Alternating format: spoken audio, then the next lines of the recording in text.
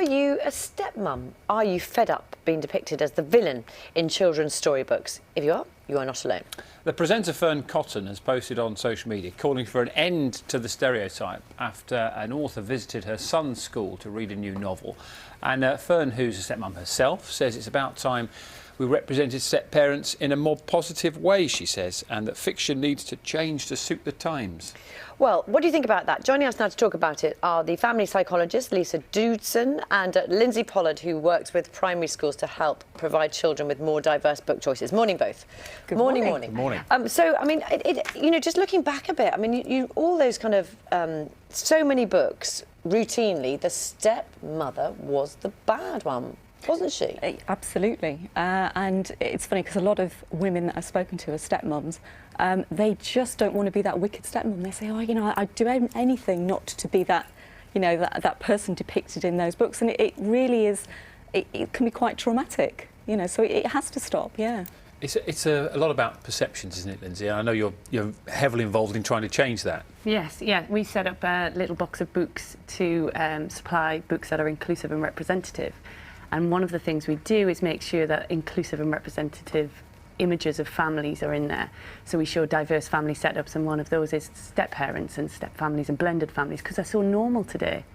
And what is it about changing that? Because, you know, we do live in the 21st century, don't we? Mm. Why does it always have to be the stepmother that's wicked? It's funny, isn't it? Because there's things and there's tropes in books that are just not true in real life. So, you know, society's moved on, but bookland just hasn't. So we still see evil step-parents.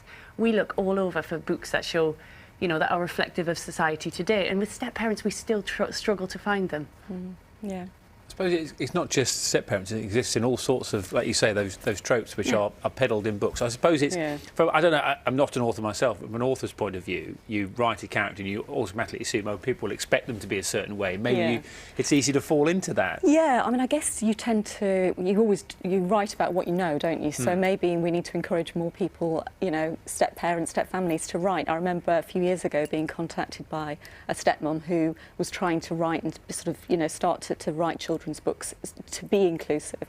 So maybe that's something that, you know, that we could sort of start to look for, I suppose. And the more people, you know, have that demand, then maybe people can start writing them. And you're a stepmom yourself, aren't you? Yeah, absolutely. I mean, I guess it's the same thing. You get involved in something you know, and that was, you know, for me, that's over 20 years ago.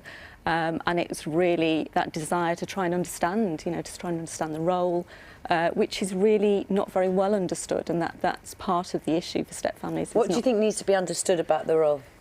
Well, I guess it's different to being a biological mum, and it's understanding those differences and making sure that you and your partner agree it, because often you have slightly different expectations. And I think, you know, going back to the books, if we had more role models in the books, then that might help people understand perhaps the differences and not have unrealistic expectations. Has it changed in the last sort of 5-10 years, do you think? Is there a better representation? Children's books are notoriously unrepresentative right across the board, and it's race and culture and family setup. So we've set up our box of books to make sure that children can see themselves in stories, that parents can find books where their children can see themselves. So there's only 4% of children's books published in 2018 had a black, Asian or minority ethnic main character.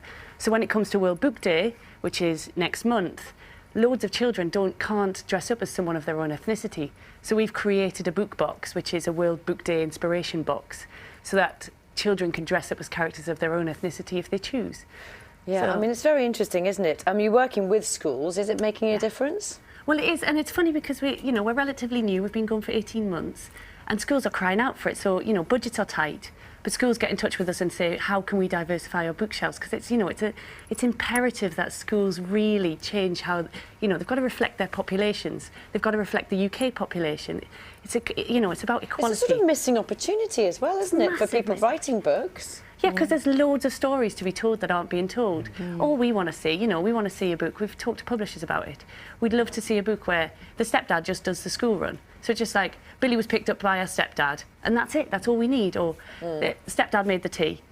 Those kind of things and those pictures really start to change things and helps children to broaden their idea of what's normal. Yeah. Do you think, Lisa, you've been sort of prejudged because you are a stepmum on occasions when you've told somebody that? Can you see it in a conversation sometimes? Gosh, it's a long time ago. I don't think so. I mean, I think if you look for it, you know, you're more, and I think that's where the anxiety could come from. If people are not feeling comfortable in their role, then perhaps they're starting to look for differences. Whereas if you're comfortable and confident, which I think I am after doing sort of 20 years, I think actually people treat you in the way you want to be treated. So I think my advice would be for people just to be confident and, you know, to be whatever it is, the parent in the lives of the children. And the fact is that more and more of us are living in what we now call blended families. Yeah, absolutely.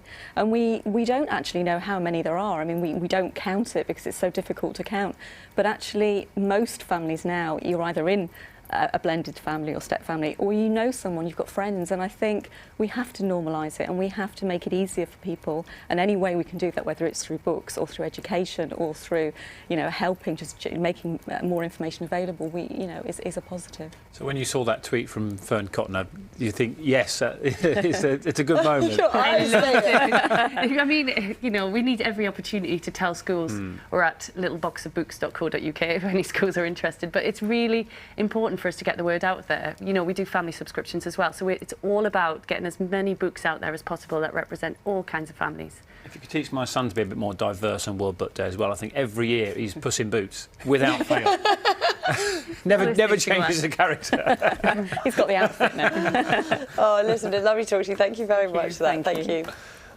Let's find out what's going on the weather. And Carol is looking